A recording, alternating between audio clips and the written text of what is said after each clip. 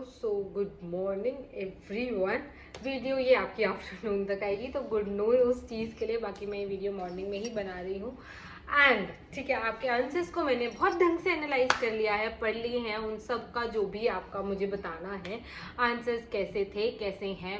कुछ आंसर्स मुझे बहुत अच्छे लगे पर्सनली, लेकिन उसमें कुछ एलिमेंट्स जो मिसिंग थे, मतलब जैसे एक यूपीएससी आंसर चाहती है, इसीलिए मैंने आपसे ये आंसर्स लिखवाए थे कि मुझे अच्छे से पता चले। तो मैं आपको पर्सनली भी, जिन्होंने मुझे आंसर्स भेजे हैं, अराउंड मेरे पास 60 to 65 आंसर्स आए थे, जिनको मैं पर्सनली बता दूंगी। और जो एक ऐसी प्रॉब्लम, जो मुझे कॉमन प्रॉब्लम 2-3 हैं जो मुझे हर आंसर में दिखाई दी, उनके ऊपर मैं वीडियो बना के डाल दूंगी कि, या फिर एक मैं प्रॉपर बना दूंगी एक आइडियल आंसर के लिए आपको क्या क्या चीज़ें चाहिए होती हैं। बाकी मुझे आंसर्स अच्छे लगे, आप लोगों के एफर्ट्स अच्छे लगे, थैंक यू सो मच। आपने मुझे आंसर्स लिख के दिए, मेरी बात की इतनी वैल्यू की। तो अब हम ज्योग्राफी के नेक्स्ट चैप्टर पे आते हैं। जो हमारा नेक्स्ट चैप्टर है एयर। अगर कल जो क्वेश्चन आएगा वो इसी चैप्टर पे आएगा, तो अच्छे से समझ लीजिए और नोट्स भी लिख लीजिए, ठीक है। तो एयर नोट्स, मतलब एयर का जो चैप्टर है वो हमारा स्टार्ट होता है। एयर क्या होती है, ठीक है, हवा। अगर हम नॉर्मल में लूँ हवा, ठीक है, एयर की नॉर्मल डेफिनेशन हवा। तो आपको पता है कि हमारी जो अर्थ है वो सराउंडेड है पूरी की पूरी एयर से। रीजन क्यों सराउंडेड है, देखो एयर में हमारा ऑक्सीजन है, ठीक है, कार्बन डाइऑक्साइड हमारा उसको, और एयर बहुत जल्दी ट्रेवल करती है, तो हमें उस चीज़ की तो ज़रूरत है ही। सो स्टार्ट करते हैं हम। As we all know the earth is surrounded by an atmosphere. हम सबको पता है अर्थ एक सराउंडेड है एक एटमॉस्फेयर के साथ। मैंने एटमॉस्फेयर चैप्टर आपको पढ़ा चुकी हूँ पहले ही। That act as a blanket of air, जो हमारे अर्थ का ब्लैंकेट होता है, जिसको, जैसे सपोज मैं एक अर्थ हूँ और मैं अगर ब्लैंकेट ओढ़ लूँ, तो वो जो ब्लैंकेट है वो हमारा एटमॉस्फेयर हो गया। इसका मतलब ये है कि हमारी जो अर्थ है, जो हमारी राउंड शेप में है, ओवल शेप में, उसमें अगर हम एक ब्लैंकेट ढक दें, वो एटमॉस्फेयर का ब्लैंकेट है, ठीक है। It's vital for the survival of living beings on the earth. मैंने आपको बताया कि ये बहुत ज़रूरी है लिविंग बींग्स के लिए। एयर के बिना वी कैन नॉट सर्वाइव, हम जी ही नहीं सकते।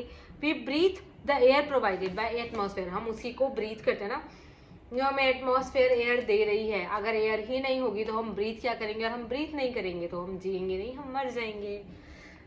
Harmful sun rays are protected because of it, ठीक है। ये जो एटमॉस्फेयर है, ये जो एटमॉस्फेयर है, हमारी सनरेज अगर हम डायरेक्टली एब्जॉर्ब करेंगे, आपको पता है अगर हम अपना विटामिन डी डायरेक्टली ही लेंगे बिना किसी एटमॉस्फेयर के, तो वो हमें स्किन कैंसर से प्रोन करता है।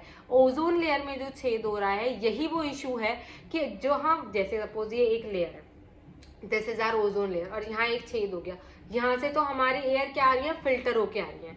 जो फिल्टर होके आ रही है उनसे हमें ज्यादा खतरा नहीं होता। अब यहाँ से, जहाँ पर ये छेद है, यहाँ से जो हमारी सनलाइट आएगी वो क्या आ रही है, वो फिल्टर होके नहीं आ रही है। और वो फिल्टर होके नहीं आ रही है, तो दैट मीन्स कि वो हमें ज़्यादा हार्म करेगी। ज़्यादा क्या, वो हमें हार्म ही करेगी। इसलिए हमें फिक्र रहती है कि हमारी ओजोन लेयर जल्द से जल्द ठीक हो, कोई डिप्लेशन ना हो हमारी ओजोन लेयर में। तो ये रीज़न है कि हमें अपनी ओजोन लेयर को हम प्रोटेक्ट करने के ऊपर ज़्यादा ध्यान देते हैं। बाकी जब हम ओजोन लेयर का चैप्टर पढ़ेंगे तो I will explain you more deeply. मैं आपको और डीपली इन चीज़ों के बारे में बताऊंगी। बस एक आपको एक आइडिया दिया है, तो आई होप आपको समझ आया होगा, ठीक है। harm without an atmosphere the temperature of the earth would have been extreme and unsuitable for living। अगर हमारा एटमॉस्फेयर नहीं होता, अगर हम डायरेक्ट सनलाइट हमारे आती, तो हमारा जो अर्थ है वो इतना गर्म होता, इतना गर्म होता कि वहाँ लाइफ एग्जिस्ट ही नहीं होती, जैसे और प्लैनेट्स में नहीं होती है। तो इसलिए हमें एटमॉस्फेयर की बहुत नीड होती है एक नॉर्मल लिविंग के लिए। अदरवाइज एटमॉस्फेयर के बिना हम लोग सर्वाइव ही नहीं कर सकते हैं। Atmosphere and its composition. अब एटमॉस्फेयर बनता कैसे है, वो कैसे कंसिस्ट हुआ है, क्या क्या चीज़ें मिलके बनती हैं, ये चीज़ें मैं आपको बताने वाली हूँ। Air is a mixture of gases. Air mixture है बहुत सारी गैसेस का। नाइट्रोजन, ऑक्सीजन, ठीक है, contribute the bulk of atmosphere. देखो नाइट्रोजन और ऑक्सीजन सबसे ज़्यादा हमारे एटमॉस्फेयर में, सबसे ज़्यादा जो गैस है वो है नाइट्रोजन एंड योर ऑक्सीजन। ये क्वेश्चन स्टैटिक पार्ट में आ सकता है। Other gases present, other gases भी हैं, जैसे हमारी कार्बन डाइऑक्साइड हो गई, हाइड्रोजन हो गई, ओजोन हो गई, हीलियम हो गई, आर्गन हो गई। ये कुछ लिमिटेड पार्ट में है, ये इतनी ज़्यादा में नहीं है, लेकिन कुछ लिमिटेड पार्ट में है। अब आते हैं हम फर्स्ट नाइट्रोजन पे। Forms 78% of atmosphere. अगर हमारा एटमॉस्फेयर 100% है, 100% हमारा एटमॉस्फेयर हो गया, उसमें से 78% जो पार्ट आता है वो नाइट्रोजन का आता है। Plants need it for survival, ठीक है। नाइट्रोजन प्लांट्स को बहुत जरूरी होता है, प्लांट्स उसी के थ्रू सर्वाइव कर पाते हैं, otherwise they can not survive. Can not be taken in from the air by plants, वो डायरेक्टली नहीं ली जा सकती है कि वो डायरेक्टली एयर से नाइट्रोजन ले ले अपने अंदर। तो जो लिविंग बैक्टीरियाज होते हैं जैसे और जो एजेंट्स होते हैं उनके थ्रू नाइट्रोजन उनमें जाता है। So bacteria living in soil and roots, जो उनके रूट्स में बैक्टीरिया रहते हैं मतलब जीवाणु, ठीक है, और जो रूट्स में रहते हैं जो सॉइल में, वहां से प्लांट्स जो है उनके थ्रू नाइट्रोजन लेते हैं, चेंज इट टू और फिर उसको चेंज कर लेते हैं जिस फॉर्म में भी उनको वो चाहिए। जैसे घी, फॉर एग्जाम्पल हम आलू खरीदते हैं, हम आलू कच्चे तो नहीं खा लेते हैं ना कि हाँ हमारे पास खेत से आया, हमने आलू निकाला और हमने खा लिया, नहीं, हमें खेत से हमें आलू मिला, हमने वो लिया, उसके बाद हमने उसको पकाया, बनाया और फिर खाया। ओके, तो हमने उसे चेंज किया अपने अकॉर्डिंग जैसे वो हमें सूटेबल है खाने के लिए। सेम प्लांट्स के साथ है, वो बैक्टीरिया से नाइट्रोजन लेते हैं, उसको जैसे हम अपना खाना पकाते हैं वैसे ही वो भी अपने तरीके से उसे मोल्ड कर लेते हैं, मिक्स कर लेते हैं, जिस तरीके से उन्हें चाहिए उस तरीके से वो उसे एब्जॉर्ब करते हैं। आई होप ये कंसेप्ट आपको क्लियर हो गया होगा। नेक्स्ट अब हम आते हैं ऑक्सीजन पर, ठीक है, सेकेंड मोस्ट, ठीक है। नाइट्रोजन के बाद जो ज़्यादा हमारे एटमॉस्फेयर में पाई जाती है वो है हमारी ऑक्सीजन, जो शायद कुछ टाइम तक ही रहने वाले। अगर हम पेड़ काटते रहे तो ऑक्सीजन भी हमारे यहाँ कमी हो जाएगी।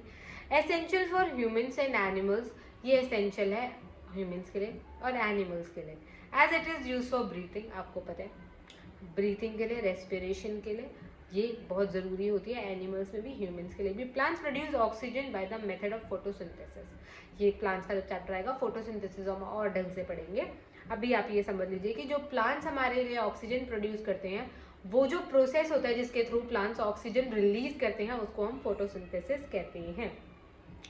Oxygen content in the air hence remains stable, oxygen जो कंटेंट है वो स्टेबल रहता है हमारे उसमें, hence remains stable. Imbalance occurs when there is cutting down of trees, जो मैंने आपको बताया इम्बैलेंस तब होता है जब हम अपने पेड़ों को काट देते हैं। तो ऑब्वियस सी बात है, इंसान इतने ज़्यादा, पेड़ इतने कम, तो कार्बन डाइऑक्साइड बढ़ेगी और ये कम होगी, जिससे कार्बन डाइऑक्साइड बढ़ने से क्या हो रहा है, हमारा ग्रीन हाउस इफेक्ट बन रहा है, जिससे गर्मी हम बहुत ज़्यादा फील करते हैं, हमारे ग्लेशियर्स पिघल रहे हैं। बाकी और ये कंसेप्ट में डीप में आपको आगे के चैप्टर में पढ़ाऊंगी, कंफ्यूज इसमें हो जाओगे, लेकिन आई होप ये आपको समझ में आ गया होगा। नेक्स्ट आता है कार्बन डाइऑक्साइड। कार्बन डाइऑक्साइड हमारी दूसरी इंपॉर्टेंट गैस हो जाती है। ग्रीन प्लांट्स इससे फोटोसिंथेसिस बनाते हैं जिससे वो अपना फूड प्रोड्यूस करते हैं। ऑक्सीजन इज रिलीज, मैंने बोला ऑक्सीजन रिलीज करते हैं और ह्यूमन बीइंग और एनिमल्स उसको ब्रीथ इन करते हैं। प्लांट्स उसको ब्रीथ आउट करते हैं, हम कार्बन डाइऑक्साइड ब्रीथ आउट करते हैं, और क्या कहते हैं, प्लांट्स कार्बन डाइऑक्साइड को इनहेल करते हैं। अब प्लांट्स कम हो जाएंगे तो कार्बन डाइऑक्साइड कम एब्जॉर्ब होगी, इंसान ज़्यादा हो जाएंगे तो हमें ऑक्सीजन की ज़्यादा ज़रूरत होगी, हम कार्बन डाइऑक्साइड ज़्यादा रिलीज करेंगे। दिस इज, ये हमारा आपका ग्रीन हाउस इफेक्ट हो जाता है फिर, ठीक है। अब मैं आती हूँ structure of the atmosphere. Structure of atmosphere means हमने एटमॉस्फेयर को डिवाइड किया हुआ है लेयर्स में। जैसे हमने कोर मेंटल क्रस्ट पढ़ा था अर्थ के अंदर, अब हम अर्थ के मतलब जहाँ हमारा एटमॉस्फेयर स्टार्ट होता है, हमारे घरों से ऊपर जहाँ हम आसमान देखते हैं वहाँ तक का अब हम क्या डिवीजन है वो पढ़ते हैं। ट्रोपोस्फेयर, ट्रोपोस्फेयर की हाइट है 13 किलोमीटर। 13 किलोमीटर तक हमारा ट्रोपोस्फेयर रहता है। हैज़ ऑल गैसेस, उसमें सारी गैसेस होती हैं। ऑक्सीजन जो हम ब्रीथ के लिए यूज करते हैं। ये क्वेश्चन आता है कि ऑक्सीजन कौन सी लेयर में पाई जाती है, ट्रोपोस्फेयर। ओके, तो ये ही होते हैं आपके स्टैटिक क्वेश्चंस। वेदर, रेनफॉल, यहाँ पे सब कुछ होता है। वेदर हमारे यहीं पे बनते हैं, ठंडी गर्मी हमारी यहीं होती है। रेनफॉल और मतलब फॉग, आज सुबह आपको देखने को मिला होगा कितना फॉग था, ठीक है, जिसको हम क्या कहते हैं हिंदी में, वेट मुझे पता है, नाम याद है, कोहरा, ठीक है। कोहरा जो होता है वो यहीं से होता है। हेल स्टॉर्म मतलब जो हमारे तूफान, आंधी, सब यहीं से आते हैं हमारे। नेक्स्ट हमारी लेयर आती है स्ट्रेटोस्फेयर, जिसकी हाइट है 50 kilometre. Free from weather phenomena, इसमें कोई वेदर फिनोमिना नहीं होते, कोई क्लाउड्स नहीं होते हैं यहाँ पे। आइडल फॉर फ्लाइंग, यहाँ पे ये आइडल होता है, यहाँ पे हमारे प्लेन्स फ्लाई करते हैं। एसएससी में भी ये क्वेश्चंस आते हैं, तो ये क्वेश्चंस आप याद रखोगे तो आप कोई भी पेपर क्रैक कर लोगे।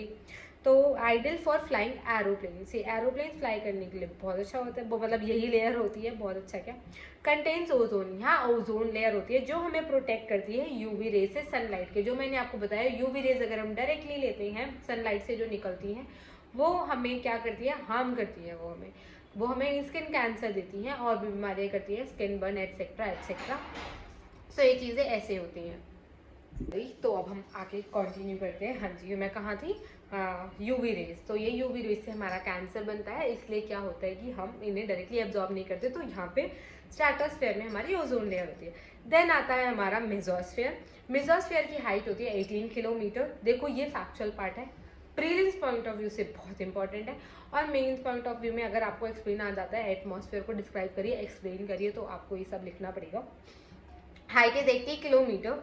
मेटेओराइट्स, मेटेओराइट्स मीन्स जो आपने देखा है जहाँ पे हमारे मतलब तारे वारे टूटना वगैरह, मेटेओराइट्स बर्न होना, मतलब एक रॉकेट जब आता है, आपने कई बार सुना होगा जब रॉकेट आता है तो एक लेयर आती है कि मतलब हमें सबसे ज़्यादा डर जब हम जैसे कल्पना चावला गई थी रॉकेट में, कल्पना चावला, ठीक है, वो बहुत ज़्यादा आराम से पहुंच गई थी, जब वापस आने का टाइम आया तो उनका रॉकेट बर्स्ट हो गया था, तो वो इसी लेयर में हुआ था, मेसोस्फेयर में। मेसोस्फेयर में ज़्यादा चीज़ें बर्न होने का चांस होता है।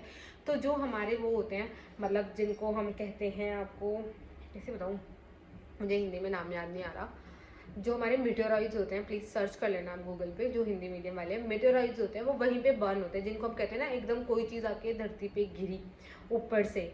आपने बहुत बार न्यूज़ में भी सुना होगा, क्योंकि ये बहुत कॉमन वर्ड है, तो आपने सुना ही होगा। बेशक से आपको हिंदी मीडियम हो या फिर इंग्लिश मीडियम हो, इतनी बेसिक इंग्लिश सबको आती है, ठीक है। तो ये जो मेटेओराइड्स हैं ये आपके यहीं बर्न होते हैं। देन आ जाता है आपका थर्मोस्फेयर। 80 to 400 किलोमीटर इसकी हाइट होती है। जितना इसकी हाइट इंक्रीज होती है उतना यहाँ पे टेम्परेचर बढ़ता जाता है, बढ़ता जाता है। One part of it is, इसी का एक पार्ट है आइनोस्फेयर। आइनोस्फेयर कोई अलग लेयर नहीं होती है, थर्मोस्फेयर का पार्ट होता है आइनोस्फेयर, जो रिस्पॉन्सिबल होता है हमारी रेडियो ट्रांसमिशन लाइन के लिए, जिससे जो हमारे टीवी के कनेक्शन आ रहे हैं, टीवी के सिग्नल्स आ रहे हैं, हमारी जो सैटेलाइट्स होती हैं, ये क्या होता है, रेडियो ट्रांसमिशन के लिए। तो ये क्वेश्चन बहुत बार आता है, बच्चे कंफ्यूज होते हैं, आइनोस्फेयर कौन सी लेयर है, अरे ionosphere is no layer, thermosphere का पार्ट है आइनोस्फेयर। अगर वहाँ पे आइनोस्फेयर आपको अलग से दिया गया हो, ये कंफ्यूज करने के लिए दिया जाता है क्वेश्चन, तो इसलिए मैं मेंशन कर रही हूँ, ये यहीं आपके नोट्स में। एग्जॉस्फेयर हमारी अपर मोस्ट लेयर होती है, जिसमें खाली हमारी हीलियम गैस पाई जाती है। तो ये था आपका एयर चैप्टर, आई होप आपको क्लियरली समझ आ गया होगा। नेक्स्ट चैप्टर है आपका natural vegetation and wild life, वो मैं आपको समझाऊंगी नेक्स्ट क्लास में। Please like the video and share the channel and subscribe the channel, और इसके नोट्स मैं आपको अभी सेंड कर दूंगी, Hindi medium English medium both. Next जो टास्क होगा वो भी मैं आपको अभी के अभी शेयर कर दूंगी, जो आपको मुझे कल तक करके दिखाना है। All the best for your preparation, और आपके आंसर्स के फीडबैक मैं अभी कुछ देर में आपको दे दूँगी।